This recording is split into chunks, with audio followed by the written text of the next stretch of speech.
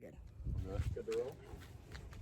Hi everybody, my name is Daniel Gayton. I was asked to mediate a conversation today for the Black Lives Matter campaign, and we're going to try to get the view of some young voters today on some very general questions that we have. So try to figure out where everybody's at, how we started, where we're going to go, and we are at the iconic Franchise Park today, which anybody in Olean knows that this park right here is the park where the majority of the minorities in the city hang out every day. So there couldn't be a better place to do this conversation than here today.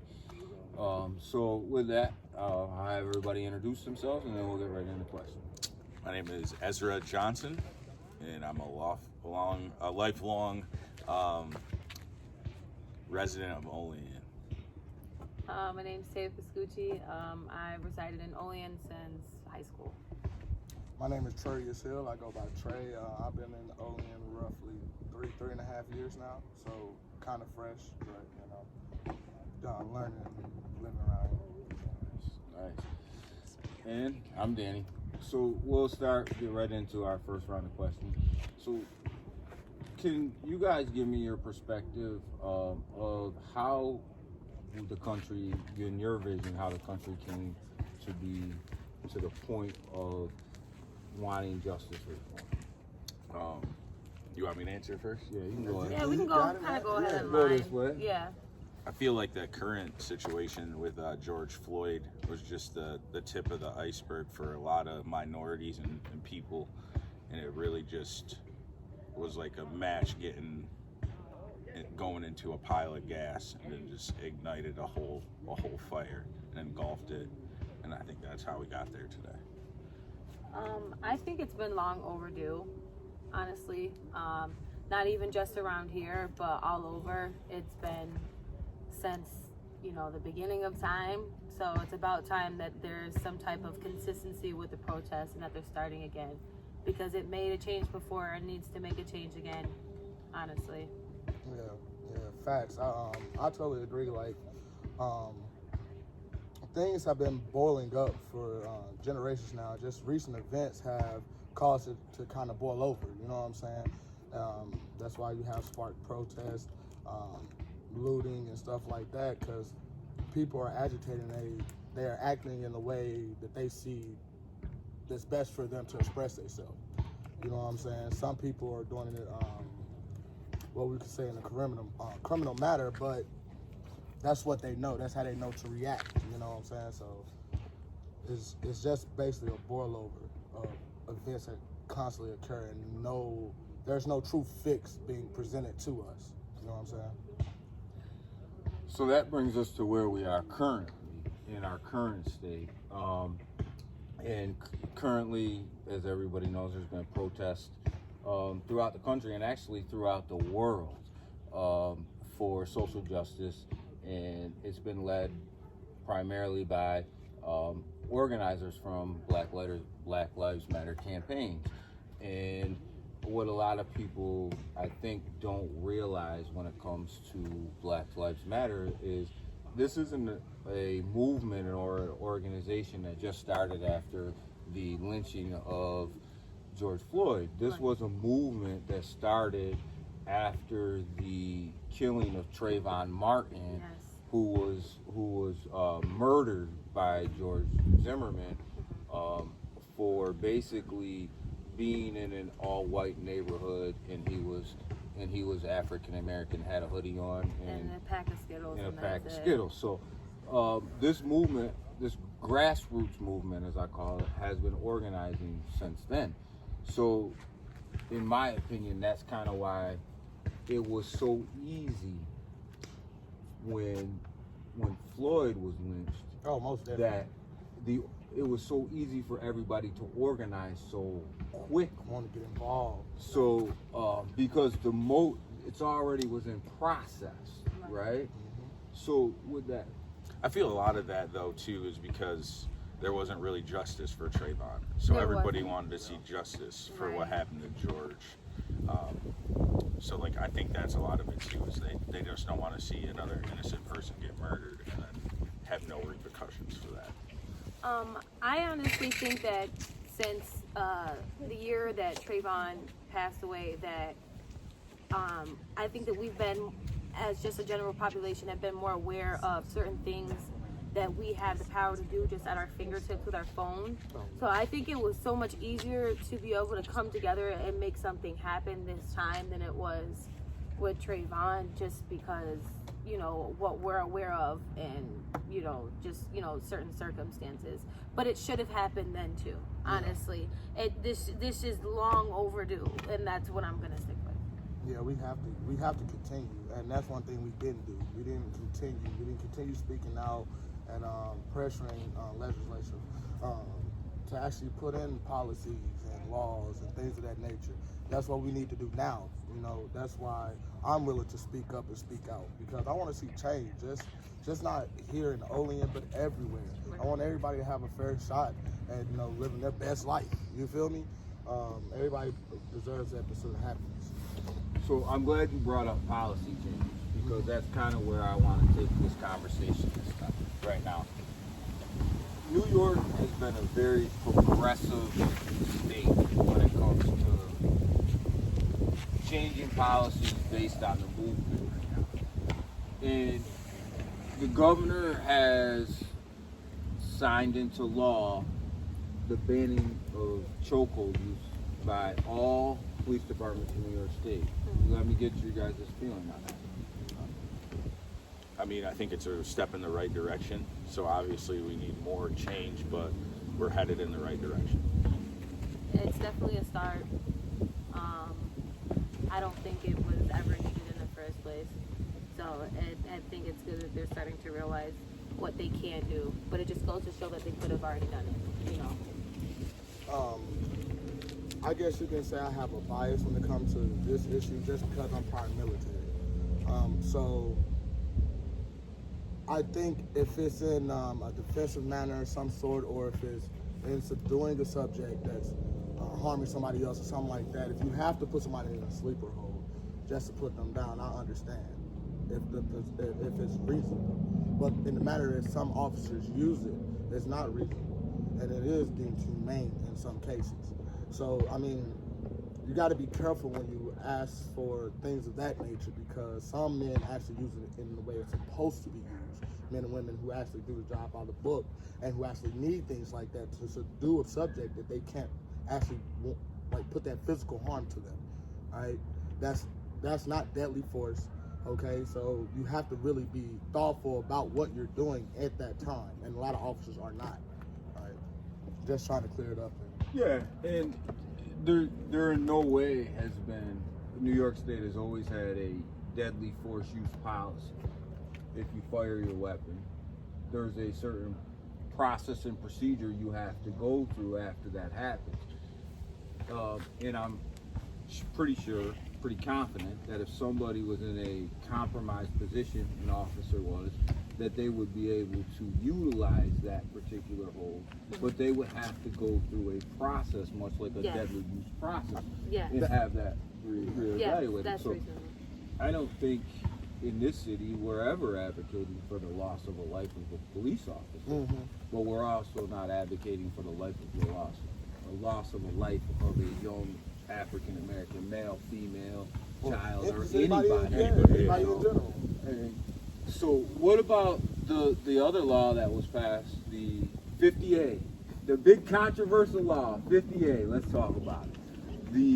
The release of personal records for officers. So I feel like that is Right into it. I love it. I love it. well, I feel like it's accountability, and everybody needs accountability. So like, we should have the right to know if the officer is doing something, has a pattern of doing something wrong to people, anybody, not just Black lives, but anybody. We should be able to be accessible to that information, just like they're accessible to information about us. That evens the plane. I agree. I think that it definitely is. It's a big step with that policy change, because we are too many times that there's these cases of police brutality or any type of misconduct, they're just getting swept under the rug or they just get forgot about. And now that, you know, you have proof of these kind of people that were, you know, entrusting with our lives and, you know, whatever, it, you know, it's easier to hold them accountable because 9 times out of 10, like they really do have a past of, you know, having that kind of pattern, you know. Okay.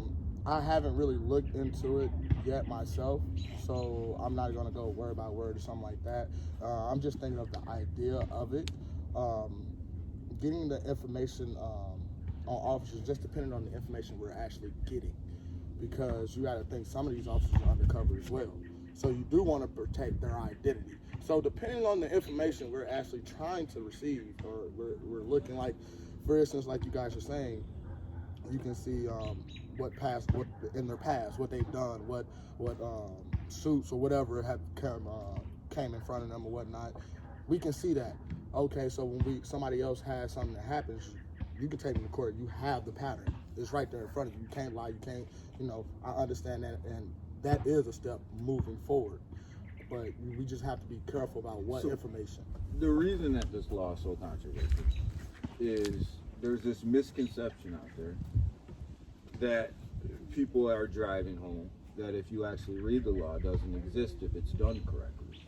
That the release of information, police officers' personal information, where they live, all that stuff, would be released in that. But what they don't tell you until you actually read the law is that the law is clear that if you want this information, you have to request this information. Let's say I wanted this information from the Olean Police Department. I would have to request that from them. Mm-hmm. They would have so many days in order to give me this information. But they also have the ability to redact any personal information about that officer before they release that to me. I don't need to know their social security number. I don't need to know what address they. So the place in which you're requesting the information from has the ability to take out any personal information about them. They just can't take out their disciplinary record. Oh, okay. Right. Yeah, You know that's what I fine. mean? Like, Right. yeah, that's fine. And that's crucial. Yeah. So when you hear these smoke and mirrors, Mm-hmm. because we all know that we live in a society that's politically driven, Mm-hmm. right? So you're gonna get smoke and mirrors from everywhere.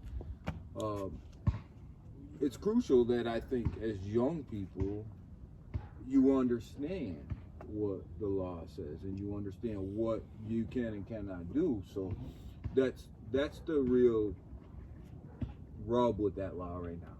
And until people really know what it says and what they can do. Now, if you work for a police station that is lazy and they choose not to take that information out, that's not my fault as the person that has requested that information. Right.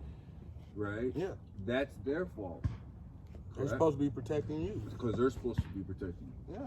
So I just put that out there because that's the most, that's right now why everybody's going back and forth about why this is a good law, why this is a bad law. Is it a good law or a bad law? But they have my information. Mm-hmm. Yeah. Yeah. They know where I live, how many kids I got, So if sure. I've ever been arrested, and before they even get out their car to come and see me. I know everything. Got the social too.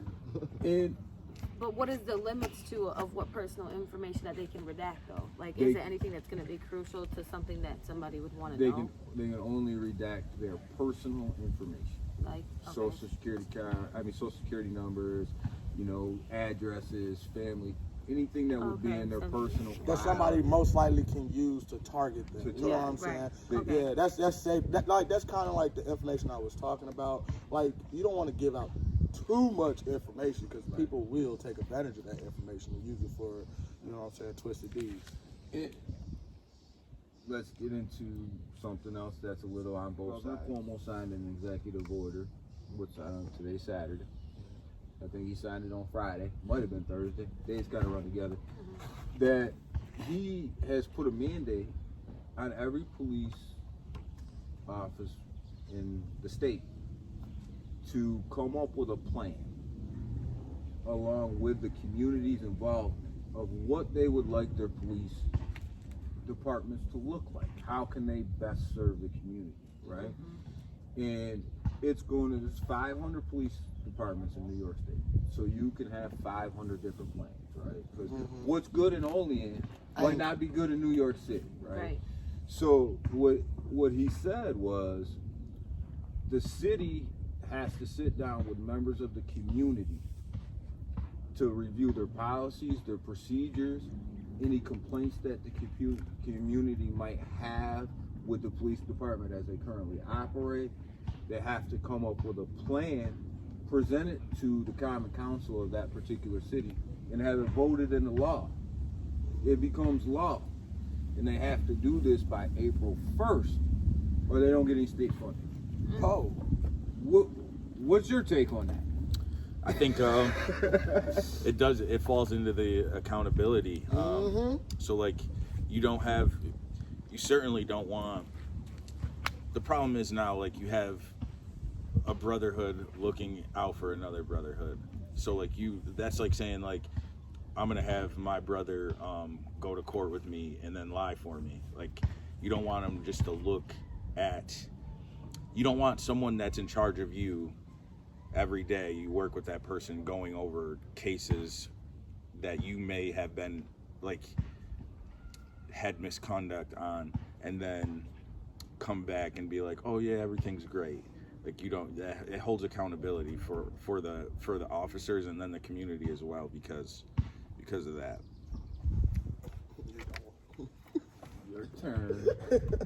I am very surprised that, honestly, that Governor Cuomo decided that he was gonna take action like that, and that's not just something minor. Like that's a pretty big deal, because it's pretty much saying that if you want your money, you're gonna change.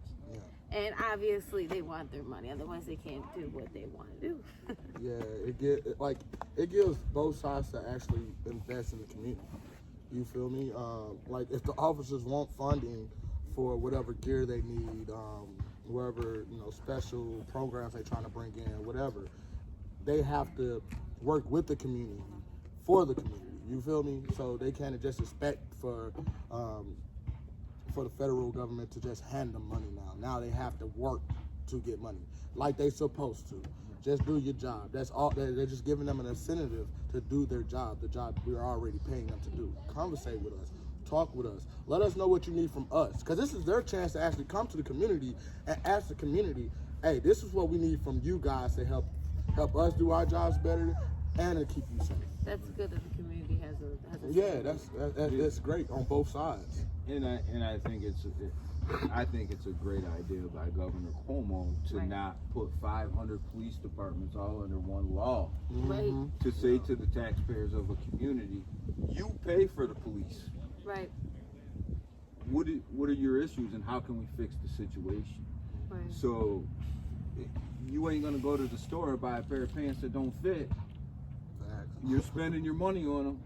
It's the same here in the city. You're spending your money on it. So let's all come together and figure out what the best way to move this forward is. And it's going to be different. It's going to be different in every city because every city has their own challenges. Right? Basically, New York State's been busy this week, and that's been all the laws they passed. Right? Active. So we've kind of taken the lead on a lot of things in New York State, and some people enjoy it, some people don't, but ultimately it all came out of everything that's going on in New York State right now. All the protesting, all those people speaking out, so that's all good stuff. So let's talk a little bit about Olean and Cattaraugus County a little bit, and kind of where our officials are in this particular city and county. There's been a couple protests in the city. There's been a vigil in the city. ample opportunity for everybody to speak up. And you haven't really heard a lot from the Common Council and the mayor and your elected officials. So we'll go this way this time. Where do you fall on that? It's tough. Like, I've spoken to the mayor. I've spoken, I think it's the police commissioner or chief or whatever you guys have here. Spoke to a few of the other guys in the brass, just from the protest. At the end of the protest, when they come out and they speak to everybody and whatnot. I mean, I would like to see them address the public. You know what I'm saying? It's tough when you don't see that type of connection from those people in those positions. And like, we all want to feel that connection with the law enforcement. All right, we want to hear what you guys have to say. How do you feel about the situation? Like, because all you're gonna hear is just us. Nobody wants to hear just like upset people. Like, we don't want you to lash out. You feel me? Like, we want to know how you feel. You guys? Honestly, I feel like a lot of these elected officials have been in office for quite some time and usually are reelected and do multiple terms, or have just been in their position for a long time. So I think that they need to be able to take the constructive criticism that the community has to offer on everything that they feel like needs to be fixed, and taking action on it, and not be defensive at all, and let's just be proactive as far as the whole community, because I think we all just need a reality check, because enough is enough. So the mayor did put out a statement on his website. Whether everybody doesn't like what it says or whatever, he still said something. What did he say? Can you clarify that? Yeah. I didn't even know what he said. I have it on my phone. Didn't he say something to the effect It was like of that he appreciated the protest, he appreciated the police and the firemen.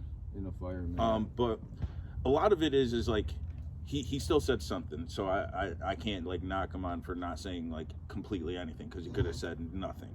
And whether it was the way we all wanted it, that's also our fault too, because we voted him into office. Very much so. So, I mean, it's kind of like one of those things that, like, I get it, I understand. A lot of what he's operating out of right now is fear, because he doesn't know how to handle the situation probably, because who's stepping up in Olean right now? It's you guys in these protests. Right. So he doesn't really know. That's never happened in Olean, where a group of people were rallying for a minority, and now no one knows what to do. They're operating out of fear. Yeah, and it's like a wildfire now. Now it's just, it's hard to put it out now. So.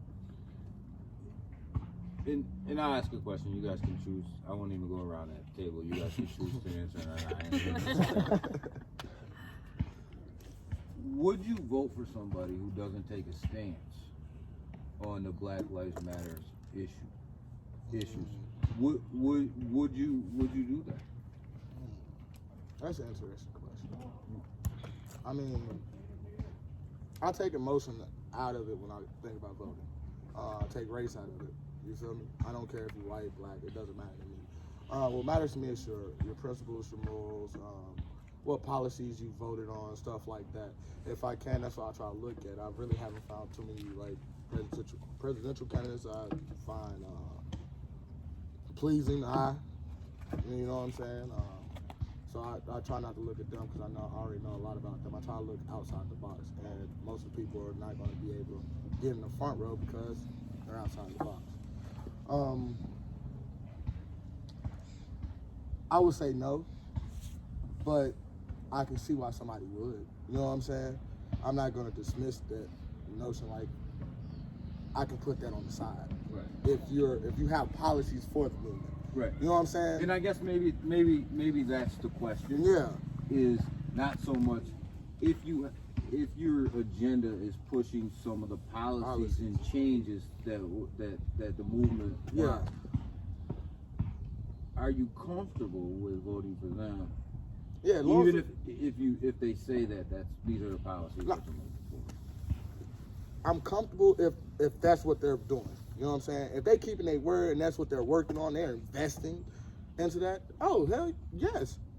Well, I mean, I'm pro-black, so anything that they are advocating for when it comes to the Black Lives Matter movement and everything that they've worked so far for years and top of years that they've worked to change, I think that I would vote for them. Me personally, I don't feel comfortable voting for somebody considering the fact that I'm black. Somebody that doesn't support rights that we're trying to push for equality for all of us, and I feel like I should have that kind of right. If I'm taking a vote to put you in a power position, a position of power, then I should have that kind of say. So. Okay, so I think right now we're in the situation. We'll just stick with Olean, right? Because we're talking local politics. Right. Okay, so a lot of it, in my opinion, is our generation's fault because we aren't informed on who's even running on legislations and stuff, or mayor elections, if that.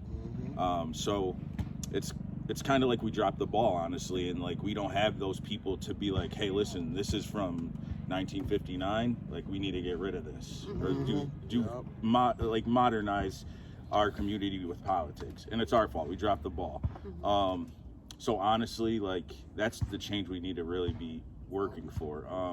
Would I vote for somebody that doesn't support the Black Lives Matter? Like, what are my options? Who's the other person running against them? Do they support it too? Because probably not. and I think and I think Ezra, you hit it right on the head when you said, who else is it? Yeah.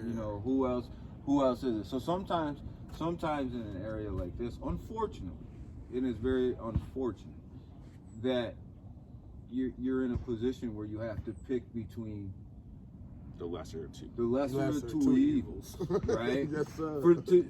To say it, kind of so everybody can understand it. You may agree with 20% of what they have and 50% of what they have, so you got to go with the 50 because nobody's risen up to the standard of yes, I will push these policies and agendas in this particular area, and I believe that. This is just my opinion, and I won't ask you guys to comment on it. I feel like in this area, in Olean and Cattaraugus County in particular, nobody is pushing the politicians to make these particular changes. Right. So they're still going on with business as usual. It's Oh, business fact. as Yeah, usual. yeah, Right. yeah. Nothing 9 to 5. And we need young people to be able to do that. Yeah. I kind of get the feeling from the silence of Oh, politicians yeah. that we'll just let you guys protest.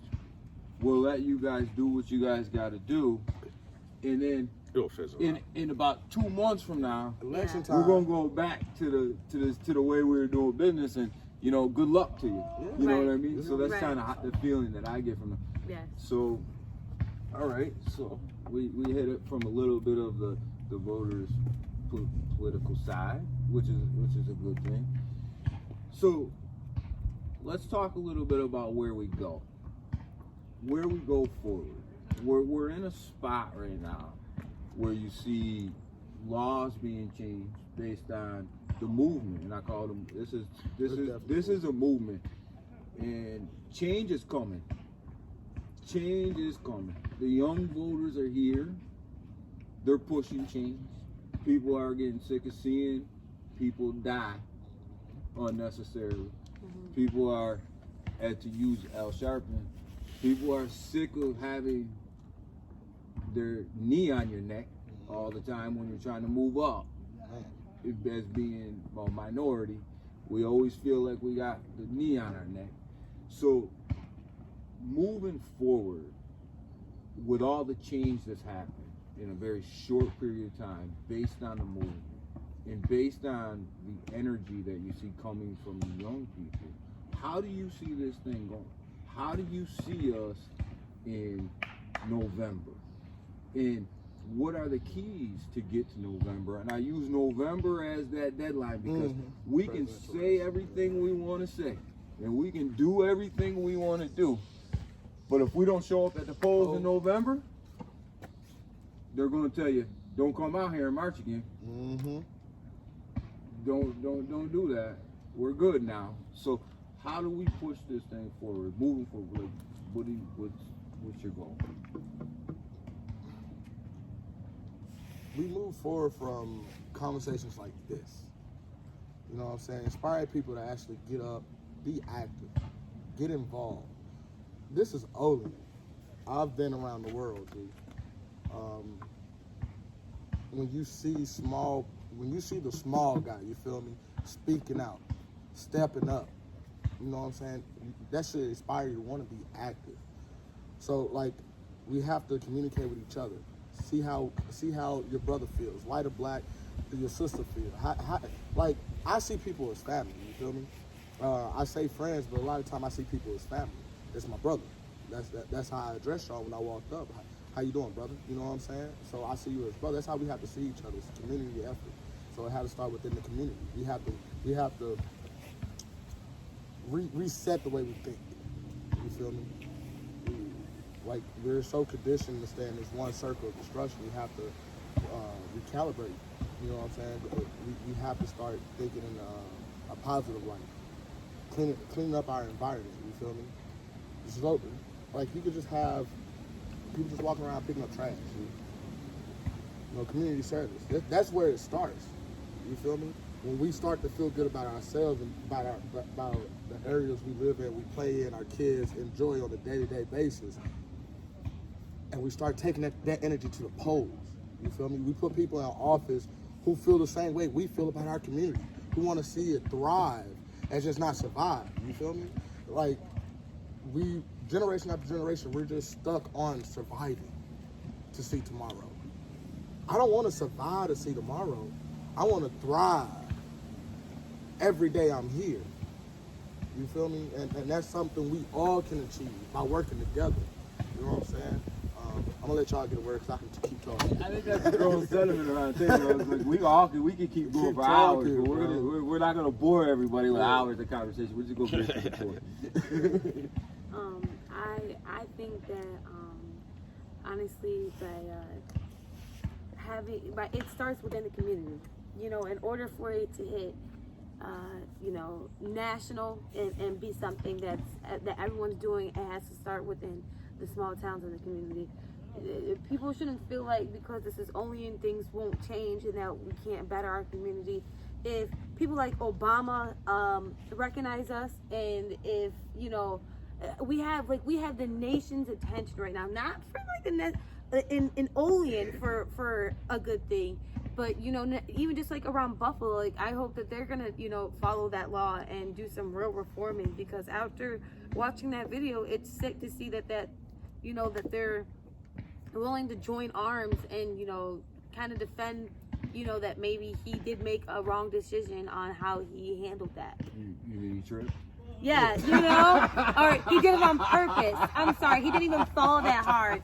In some people's words, it's sick, but it's because we're being honest. I mean, the first report that they gave was that he tripped. Until they realized that the protesters obviously have phones and are going to leak the footage. So now that's where the accountability comes into play. He tripped. Accountability. George Floyd had high blood pressure. Right. And for the record, I've had high blood pressure since 22. Asthma too. You know what I mean? He had asthma and high blood pressure. Oh no! Didn't they somebody say something about maybe he had COVID or something like that? Ridiculous. That didn't have anything to do with your knee on his neck. So where we're gonna get change from? I feel that we need some young leaders to step up and bridge the gap with the older generation, because even though they're an older generation, they still have wisdom and knowledge that you could still use. So you don't want to just throw it away completely. Right. So you need someone that's going to actually bridge the gap and can combine the two together to create something that could be great. See, and me, I grew up here, and I grew up in a small community. I've been a lot of other places, and I always kind of get drawn back here. I love this place. And this will kind of be one of our last questions. I say that, but I'm a talker, so we may end up with 3 more based on how this one goes. I see something different going on in the country right now. Yeah, for sure. I said this one time on a feed on Facebook, and I took a lot of heat for it, but I stand by it. I don't think that the old civil rights movement platform and the way to do things will work today. I don't think we as African Americans can pull out that playbook and it works. I don't think it works anymore. No. And I only say that because I see something different. I see just as many Caucasians at these rallies Yes, as that's I for do sure. There's African plenty of other Americans. races that are Yes. And supporting it. sometimes they actually outnumber the African Americans. And in this community, they do. And I look right at the camera and say, I'm ashamed of some of y'all. Yeah, But- there's there's sometimes there's circumstances, but there's So people. but you see that all over the country. In the 50s, 60s, and 70s, you didn't see that. And You saw it sprinkled in, it but not was on the number. sprinkled in, but Yeah. not at the numbers. And people tell me I'm crazy, and it won't be the first time somebody told me I'm crazy. But I believe that it's the young people that are driving that, and I believe it's because they didn't grow up in a world that their mothers and grandmothers and Yes. fathers grew up in. So I'm mixed. Mm-hmm. So I think a lot of people grew up in mixed households. So that when you disenfranchise an African American male, that could be their aunt, their uncle, Yeah. their cousin, and a lot of their friends are African Americans. So when you're disenfranchising them and you're killing them, you're actually killing their people. That's Yeah. their friends. Yeah. So I think you never change anything as a minority, but you can change it as a majority, right? Yeah. Up and down vote, yes or no, right? Yeah. So I think the change that I see, and I think this is why we're so much different than the civil rights movement. I don't think that we could bring that playbook out, was because I think it's bigger than that. So I think that the opportunity in this country for change is going to happen faster than that happened. I mean, let's be honest, and I'll let you guys answer this once I get this off my head. Martin Luther King marched for 360 something days for the bus protest, right? He didn't get anywhere until they sent two Catholic priests down there, and they killed them Catholic priests. And then they went on TV and killed a whole bunch of people on the bridge. Then all of a sudden, everybody was about it, and they got changed, right? But he marched for 300 and something days, and then nobody even want to hear him. So I think with the infusion of all the majority of people already in this march with us and actually spearheading some of it, change coming fast. Yeah. Oh yeah. So, but I think it's different. I think there's a different mindset. Tell me, am I wrong with your feeling on right. that? I mean, we can affect change in a different way. I mean, you necessarily don't see the violence making a big change because you just bring more force to equal, to pan that out. You know what I'm saying? We can affect them and they straight in their pocketbooks, G. But on a large scale. But do you feel it? There's a spider on it. The joys of filming outside. Hey, that don't scare me. Do you feel that this is something different's happening in America right now? Yeah. Like there's just a different vibe. Yeah. Do you feel that? For me, I didn't grow up in that era, but I reaped the benefits. And like you can see like the marching, it helped. You know what I'm saying? Help give people an understanding. Get a view from that perspective now, white Americans can see. You can't say, I didn't know now. Basically, it's what the Civil War, I mean, not Civil War, but the Civil Rights Movement was.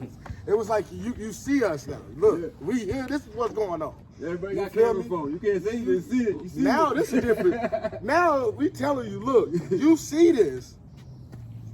I don't like this. My buddy over here don't like this. Homegirl over there don't like this.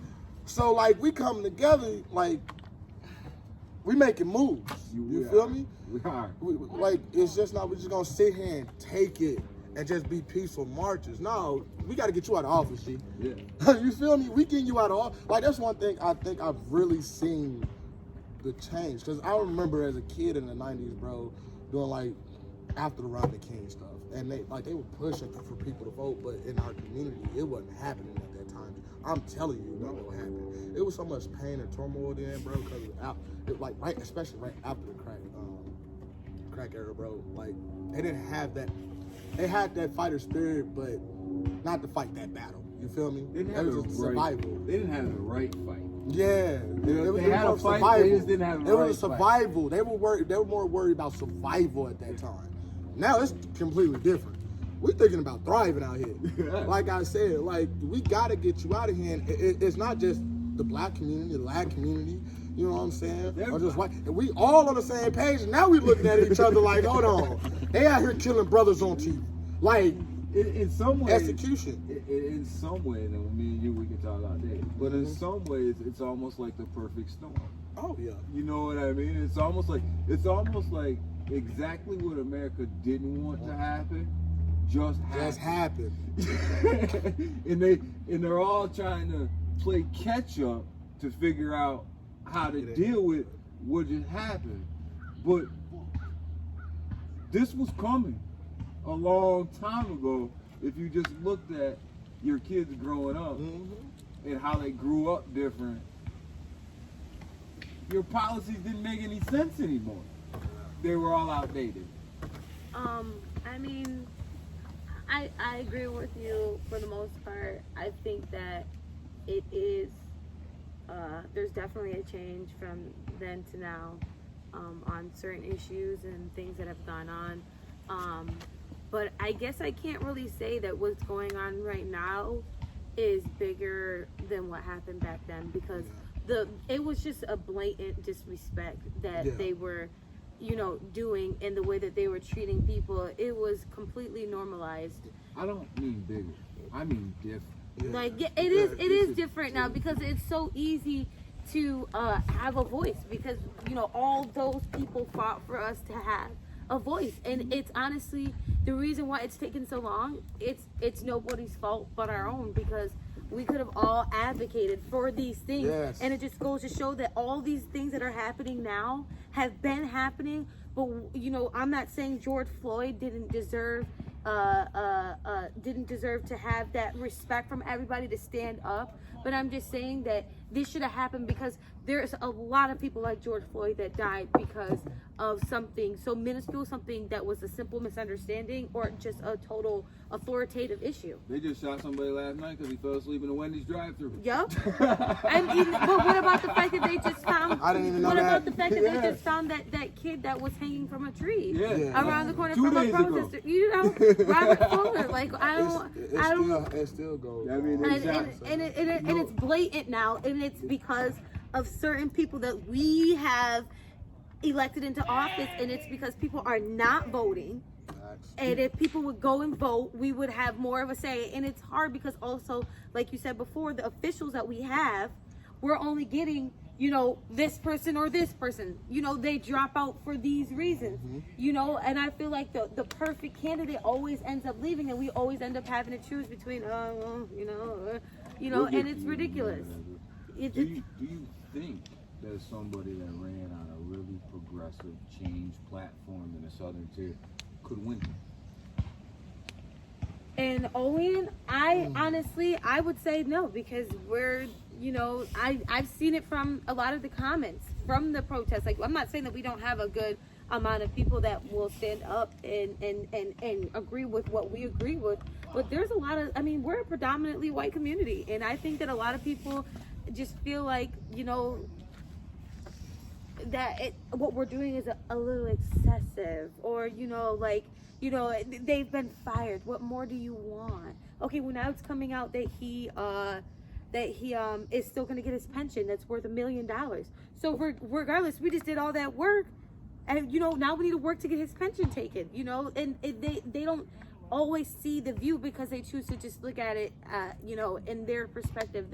We're very closed-minded community, but I think that the whole movement that the Olean racial coalition put together is kind of like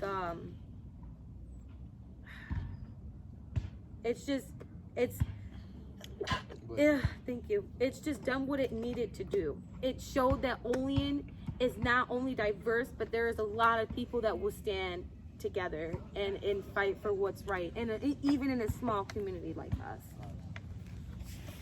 So I think that like racism in Olean isn't really like racism that you see in other places. So like people like there's people that make racist comments that you were friends with your whole life, and you look at them like, did you really just say that? Like, right. That's offensive to me. Like, why right. would you say that? Right. But you have to think about like how they grew up and where we actually live. We live in a Republican part of New York State, unfortunately. Mm-hmm. But it's just, I don't want to say they're like the wrong thing right here. Can we cut it? Can we stop? You don't want to go down that road. But I think in this time, I don't think that we give out the young people enough credit. Man, Yeah. You know what I'm saying? The 16, So, 15-year-olds. I think, Yeah. True. and I only asked that question about whether somebody would run and win because I come at it from a different view, and that's why we're talking. I believe that age group in the city and in the Cattaraugus County from 18 to 30 and a couple people older than 30 are ready to see something different. Yep. Yeah. Oh, they ready to step. Oh, that's And I think that they're ready. Ezra, I'm controversial, so I'll say it. I think that they're ready in the city of Olean chambers and in the county legislature for it to get a little dark. all right. You know okay, what I'm I feel saying? it. I feel it. I think they're ready. I think that they're ready to say, it's getting a little dark in here. And it might make some people uncomfortable, and that's okay. Because I think that if you see the people coming out through the coalition and through the rallies and stuff, there's a bigger voting population in that range from 18 to 30 with a couple other people sprinkled in after that than what people give credit for in the area. And it's because I don't think that their voices were ever heard, so I don't think they ever did. I don't think people really reached out either. You got to also think we're talking about older generation of politicians who don't know how to connect with that age group. Because you got to think that's hip hop. That's around the hip hop era. Right. You know what I'm saying? To them, hip hop is the devil. So like, just keeping it 100. Yeah. Dude. Like they ain't with. Listen, Tupac told us this was coming way back in the 90s. Hey, You know what I mean? He told us this was coming way back in the 90s. Gotta keep your head up. What you talking about? And Public Enemy told us it was coming way before this. Public Enemy Fight the power. Mike Lee told us this was coming with Do the Right Thing when they choked out Radio Raheem. Come on now. I mean, History won't repeat itself. Come on, brother. all these people that have lived in these communities have told you that this was coming. I mean, hell, they choked out Radio Raheem. Hey. You know, so this was coming. But I just think that I just think that in that demographic, they never had anything to vote for, so they just didn't vote. Yeah. I think that's a shame on both the Republican Party commission that picks their people who are running, and the Democratic, and the Independent, and everybody else, because I think that they didn't reach out. They didn't reach they didn't reach out to expand their base of voters, and they didn't put up people to run that could have moved the generation a little bit forward. But you know what? Because they didn't do that, now they're gonna have to work harder, because now they feel like they have to expand and broaden the kind of person that they have running for their party, but they're going to have to work really hard to get people to want their vote because of everything that we've had to do and because of the movement that's going on right now. I don't think they can run from it. No, they can't. Either side. Yeah. Me personally, I don't care if you're a Democrat or you're a Republican or you're Right. independent or you're left. Right. Or right. To me, tell me what type of person you are. Tell me what you stand for, and tell Right. me that you have my best interest in mind. Because if you got my best interest in mind, you got everybody's best interest in mind, right? Right. So I don't care what party you're going from, but I think you're right. I think they got to catch it now. Yeah. Yep. They got to catch it, Right. and I think you're going to see them scramble to catch it, and you might see some politicians say some things that are a little uncomfortable for them to try to catch it, Oh, yeah. and you'll weed them out real quick. But I think that's a good thing, though. I don't look at that as a bad thing. It's not. It's just that's the reality of what it is now. But I don't think it's a bad thing that they have to chase and catch it. They should. I think it expands who they are, right? And ultimately, you know, the cream will always rise to the top. just speaking, man, like, we also can have homegrown politicians. Yeah.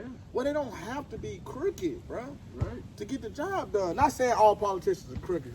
I'm sure some try not to take that, you know, that extra proceed for a campaign or something like that. I'm sure they turn down, you know, some certain proceeds. I'm just saying, we don't have to worry about that. We have our own homegrown politicians. You know what I'm saying? Support those young people who want to be class president. You know what I'm saying? Motivate them. You know what I'm saying? Especially those who are vocal, who can speak, who are willing to lead, who are willing to sacrifice their time. Yeah, because those and are like effort. popularity contests in school now, honestly. Well, right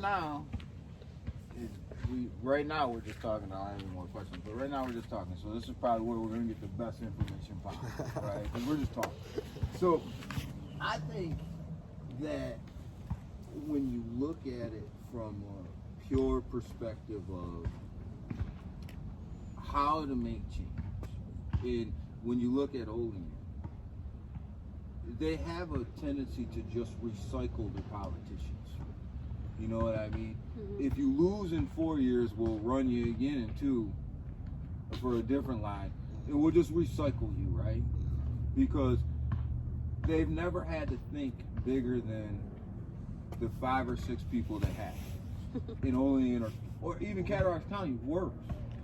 At least Olean's got some young people on the council, which doesn't excuse them for not speaking. But if you look at the county as a whole, I bet you there's not anybody up there that's younger than 30. Which they should, because they have a good perspective, Yeah. you know? You want to get all. You want It's to a whole different generation. That's a generation gap. I said this before, and I say it again here. The population in Cattaraugus County, in Olean, actually, and I look at Olean when we talk about Cattaraugus County because they really drive the population, right? There's a 7% minority population in this county. 7%. That's a big percent. And that's not including the other minorities. That's just including African Americans. Now, we can lump the rest of them guys together and probably get to like 8 or whatever, 9, maybe 10. But there is no minority representation on the city council. Yep. There's no minority representation in the county legislature. Yep. So Even in the schooling system, it goes down to the schooling system. We have one black teacher. One black teacher. It's crazy. One. And I think that's where it starts. That's because- Check the school board. And I Check think, the school and I board. think that's where it starts, because how can we have a lot of black kids at our school? We do. We had a decent amount compared to like Allegheny and Hinsdale and Portville. we drive them numbers. Yeah, of course. So I feel like we should have, you know, I worked with even Mrs. Ventura on this. She wanted that all the time. She wanted diversity in the school board, for the school officials, and for teachers, because there's one. And she's a kindergarten teacher. What about other teenagers? Those are the people that are about to go and get their careers. And it's hard to make policy. And I'll say this, and you guys don't even have to comment because it'll probably get blown out of proportion, but I'll say it anyway. It's hard to make policies that affect the minority and poor populations of the county when you've never been a minority or poor. You can't tell me every day what it's like to wake up and be black if Right. you ain't black. Right. You can't tell me what it's like every day to wake up and be poor if you didn't have to eat ramen noodles. You know what I mean? Chicken or beef. So when you look at the people making these policies, they probably with the best intentions in mind are making them. Bill Clinton was a prime example. He didn't do us any favors. I don't care what anybody says. 3 strikes, you're out. We were operating under the current police system in which he built. That was broken. Mandatory minimums. That man, he didn't do us no favors. Modern day slavery. He was a Democrat. Everybody said that he's the closest when he got elected. Everybody says he's the closest we're gonna get to a brother. He's a brother. He played a saxophone. He didn't do us any favors. He didn't do us any favors. There's more African Americans in jail right now because of the laws that Clinton signed than there was before he took office. So he didn't help the African American community. He hindered. We ain't gonna go there because we can get into Nixon. That's and another Reagan, rabbit hole. and That's Reagan another rabbit hole for another time. That's a whole hour conversation Yeah, about their war on drugs and how that became the new racial slur. Right. But we'll talk about that later. But you know, but I even forgot where I was going with that. But that's all right. But anyways, I'm just saying he didn't help us. So I don't know. I guess we'll close this thing off. We said we'll keep it to a half hour. We're almost there. We're probably, because I'm moderating it, we're probably over. But that's all right, because I love to talk. Yeah. So tell me, what do you want the people that are involved in the Black Lives Matter campaign to know about the things that they should be looking for, and make this your closing statement? What should we do? Where should they go? The things that they should be looking for. All right. You really should be looking at self. Like that's very important right now, especially if you're a young person, because you're looking for something to be a part of. You know what I'm saying? You searching for that connection. You know what I'm saying? So like really like work on self. Surround yourself around with the right people who are trying to better themselves and be positive and be active. Because when you're around people like that, that's going to give you energy to want to be active. You're not going to be stagnant and staying at home and not being productive and just letting stuff go by. You know what I'm saying? This is a time for change. There are a lot of y'all who have a lot of energy. You know, you got to be smart about how you're using that energy. You know what I'm saying? You got to be focused and focus in on one thing and accomplish that thing. You know what I'm saying? Set goals. You got to start organizing. You feel me? Having talks of your own. Seeing what you can do in the communities, even if it's small. How can you better your community? What can you do to lend a helping hand? You know what I'm saying? You don't have to wait for somebody else to. You don't have to wait to be told to do something right now. If you want change, this is a time where it does not matter your age. You can do something to help in changing for a positive Olean. You feel me? Or Rochester, or like anywhere in this area. You feel me? Like this is your time to actually step up, and we need leaders. Period. You know what I'm saying? A lot of people are scared to actually go out and lead and be in the front. You know what I'm saying? But y'all love to be on Instagram and tweeting and use that same energy in real life. You feel me? Use that same energy you use on social media in real life. Because this is what's really going to affect you. You know what I'm saying? On your everyday life. So, like, just think about it. You know what I'm saying? Be active, be productive. Pass it over. That it is consistency is key. I mean, consistency is key in your everyday life. But as far as for this movement, consistency is key. You can't let them. What they're trying to say is that it's all gonna blow over. You know, people will forget about it. No, we're not, because it's not just Olean, and we are surprising a lot of people. And like I said before, we're being noticed.